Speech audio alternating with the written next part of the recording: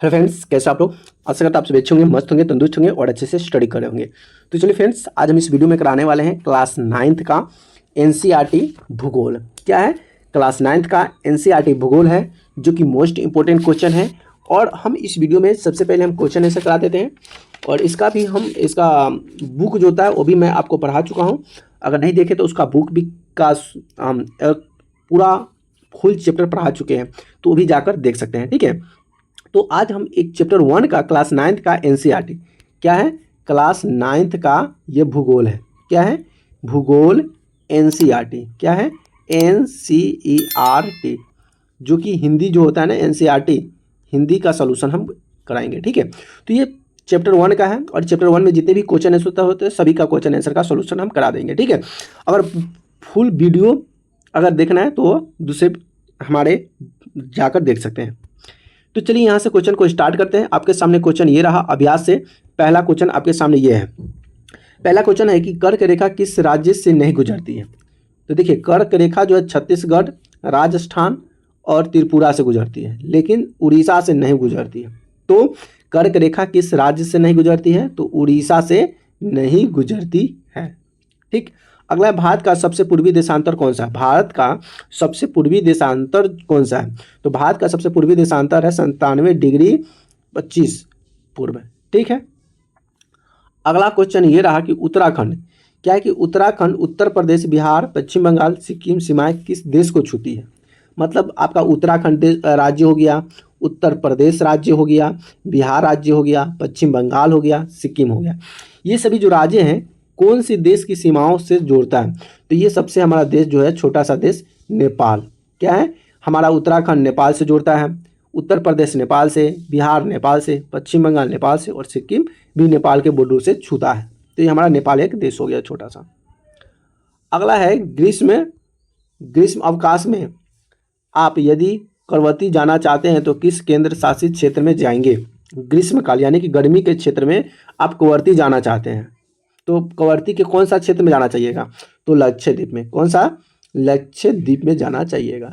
ठीक है, चलिए अगला क्वेश्चन कि मेरे मित्र एक ऐसे देश के निवासी है जिस देश की सीमा भारत के साथ नहीं लगती। मतलब मेरे मित्र ऐसे देश के निवासी हैं, ऐसे देश में रहते हैं जिस देश की सीमा भारत के साथ नहीं लगती।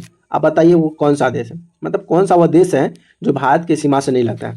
तो सबसे पहला बात है बांग्लादेश, भूटान और नेपाल। ये तो भारत के सीमा से लगता ही है, लेकिन ताजिकिस्तान जो है ये भारत के सीमा से नहीं लगता है। ठीक है, चलिए अगला क्वेश्चन आपके सामने ये रहा। क्या कहता है कि अरब सागर, ये संक्षिप्त में आंसर देना है। संक्षिप्त का मतलब होता है एक सेंटेंस में, एक वर्ड्स में देना है। ठीक है, एक वाक्य में देना है। कहता है कि अरब सागर तथा बंगाल की खाड़ी स्थित किस नाम से दक्षिण में कौन कौन से द्वीपीय देश हमारे पड़ोसी हैं? तो देखिए, अगर बंगाल की खाड़ी हो गया, अरब सागर हो गया, तो ये द्वीप समूह जो होता है ना, ये हमारा लक्षद्वीप जो होता है, लक्षद्वीप समूह के साथ ये साझा करती है। कौन सा? लक्षद्वीप के साथ। अगला क्वेश्चन है कि उन देशों के नाम बताइए जो क्षेत्रफल में भारत से बड़े हैं। उस क्षेत्रफल के दृष्टि से भारत से बड़े देश हैं। तो पहला तो रूस है, कनाडा है, चीन है, यूएस है, ब्राजील है और ऑस्ट्रेलिया है। यानी कि 1 2 3 4 5 6 और 7वां कौन है? भारत है।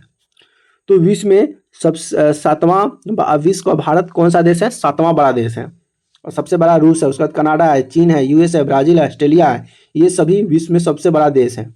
उसके बाद आता है भारत। समझ आ गया? अगला है कि हमारे उत्तर पश्चिम, उत्तरी तथा उत्तर पूर्वी पड़ोसी देश के नाम बताइए। हमारे उत्तर पश्चिमी, तो देखिए अंडमान निकोबार द्वीप समूह, ये उत्तर पश्चिमी और उत्तर दक्षिण पड़ोसी देश है हमारे। अगला है कि भारत में किन किन राज्यों में कर्क रेखा गुजरती है, उनके नाम बताइए। तो देखिए, भारत में जो कर्क रेखा जो गुजरती है ना, वो मालदीव और श्रीलंका से गुजरती है। श्रीलंका यहाँ पे है बसा हुआ, और भारत जो है यहाँ से ऐसे कटा हुआ है, और ये सब पानी पानी पानी है। ये पूरा पानी के अलावा ये पूरा समुद्र में एक अकेला एक राज्य है, ये वाला देश है, इसी का नाम है श्रीलंका। ठीक है, जो हमारे अंडमान और निकोबार द्वीप समूह के एकदम अलग है। तो इसी के अंदर से ये राज्य जो है कर्क रेखा गुजरती है, इसी से। समझ आ गया? चलिए अगला क्वेश्चन ये रहा कि सूर्योदय अरुणाचल प्रदेश में पूर्वी भाग में, गुजरात के पश्चिम भाग में अपेक्षा 2 घंटे पहले होता है, जबकि दोनों राज्य में घड़ी एक ही समय निर्धारित करता है, स्पष्ट कीजिए। कह रहा है कि सूर्योदय जो होता है अरुणाचल प्रदेश में पूर्वी भाग में गुजरात की पश्चिमी भाग का अपेक्षा 2 घंटा जो ना पहले क्यों होता है, मतलब गुजरात में ये 2 घंटा पहले सूर्योदय क्यों हो जाता है, बताइए इसका क्या कारण है? क्योंकि घड़ी का जो समय जो होता है सबके लिए एक ही दर्शाता है। देखिए भारत के देशांतर से यह देखा गया है कि देशांतर विशिष्ट पश्चिमी से पूर्वी की ओर लगभग 30 डिग्री है। इसका मतलब है कि गुजरात से अरुणाचल प्रदेश लगभग 2 घंटे का समय अंतराल होगा। स्थानीय समय में इस समय को मतभेद से बचने के लिए पूरे देश की एक समान समय देने के लिए भारतीय मानक समय निर्धारित किया गया है। और 82.5 डिग्री पूर्व, क्या 82.5 डिग्री पूर्व में मानक देशांतर रेखाओं का स्थानीय मान पूरे देश के मानक समय के रूप में माना जाता है। इस कारण हम पाते हैं कि पश्चिमी गुजरात की तुलना में अरुणाचल प्रदेश सूर्य से 2 घंटा पहले उग जाता है, लेकिन घड़ी उसी समय दिखाई देती है। अगर मान लेते हैं कि 2 घंटा पहले होगा तो मान लेते हैं कि 3 बज रहा है, 2 घंटा पहले क्या बजेगा, लेकिन घड़ी का जो समय वही होगा, लेकिन मानसून जो होता है वो निर्भर हो जाता है, मानसून पर निर्भर हो जाता है। ठीक है, अब 4 बजे कहीं पे अंधेरा ही वहाँ पे जहाँ पे सूर्य होगा वहाँ पे रोशनी हो गया, लेकिन 4 बजे ही जहाँ पे नहीं हुआ वहाँ पे अंधेरा छाया होगा।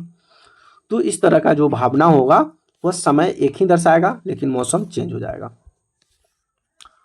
अगला क्वेश्चन है कि हिंद महासागर में भारत की केंद्रीय स्थिति में किस प्रकार लाभ प्राप्त हुआ है।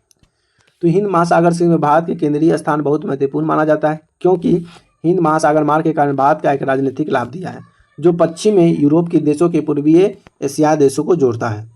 अगला भारत के पश्चिमी तट पर पश्चिम एशिया, अफ्रीका, यूरोप के साथ एक पूर्वी तट दक्षिण पूर्वी के साथ निकट संपर्क करने में मदद करती है। विशाल तटरेखा में प्राकृतिक बंदरगाहों के प्राचीन काल में अपने पड़ोसी और दूर के देशों के साथ व्यापार वाणिज्य करने में भारत के लाभान्वित किया गया था। उसने भारत की एशियाई महाद्वीप बाकी हिस्सों में तुलना में एक अलग जलवायु दी। किसी अन्य देश भारत के रूप में हिंद महासागर इतनी लंबी तटरेखा नहीं है। यह हिंद महासागर में भारत की प्रमुख स्थिति है, जिसने इसके बाद एक महासागर का नाम दिया। तो यहाँ से आपका जो बुक से जितने भी मोस्ट इंपोर्टेंट क्वेश्चन थे, मैंने यहाँ से आपका क्वेश्चन को सॉल्यूशन करा दिया। तो जो वीडियो कैसी लगी प्लीज कमेंट करके जरूर बताइएगा। अगर वीडियो अच्छी लगी तो वीडियो को लाइक भी जरूर कर दीजिएगा। अगर अभी तक चैनल को सब्सक्राइब नहीं किए तो चैनल को सब्सक्राइब भी जरूर कर लीजिएगा, क्योंकि हमारे चैनल पे आपको एसएसटी के जितने भी एनसीईआरटी होंगे, एसएसटी चैप्टर टॉपिक का सभी आपका सोल्यूशन हमारे इस चैनल पे देखने को मिलेंगे। तो चलिए यहाँ से वीडियो करते हैं अंत। अगर चैनल को सब्सक्राइब नहीं किया तो चैनल को सब्सक्राइब जरूर कर लीजिएगा। फिर मिलेंगे नए वीडियो में नए टॉपिक के साथ। तब तक के लिए जय हिंद, वंदे मातरम।